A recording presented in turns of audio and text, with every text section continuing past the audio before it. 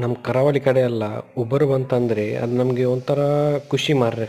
Hello friends, ಸಾಮಾನ್ಯವಾಗಿ ಮೊದಲು ಮಳೆ ಬಂದಾಗ ನಮ್ಮ ಕಡೆ ಎಲ್ಲ ಗದ್ದೆ, ಕೊಳ, ಬಾವಿಗಳೆಲ್ಲ ತುಂಬುತ್ತವೆ. ಆ ಭತ್ತದ ಗದ್ದೆಯ ನೀರು ಹೋಗಲಿಕ್ಕೆ ಒಂದು ತೋಡು ಅಂತ ಒಂದು ಹೇಳಿ ಇರ್ತದೆ. ಆ ತೋಡಿನ ನೀರು ಹೋಗಿ ಸೇರುವುದು ನದಿಗಳಲ್ಲಿ.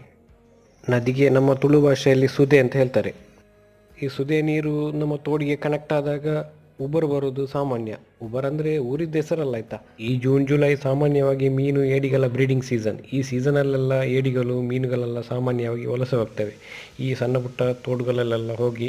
ಅದನ್ನೇ ನಾವು ಉಬ್ಬರ್ ಅಂತ ಹೇಳ್ತೇವೆ.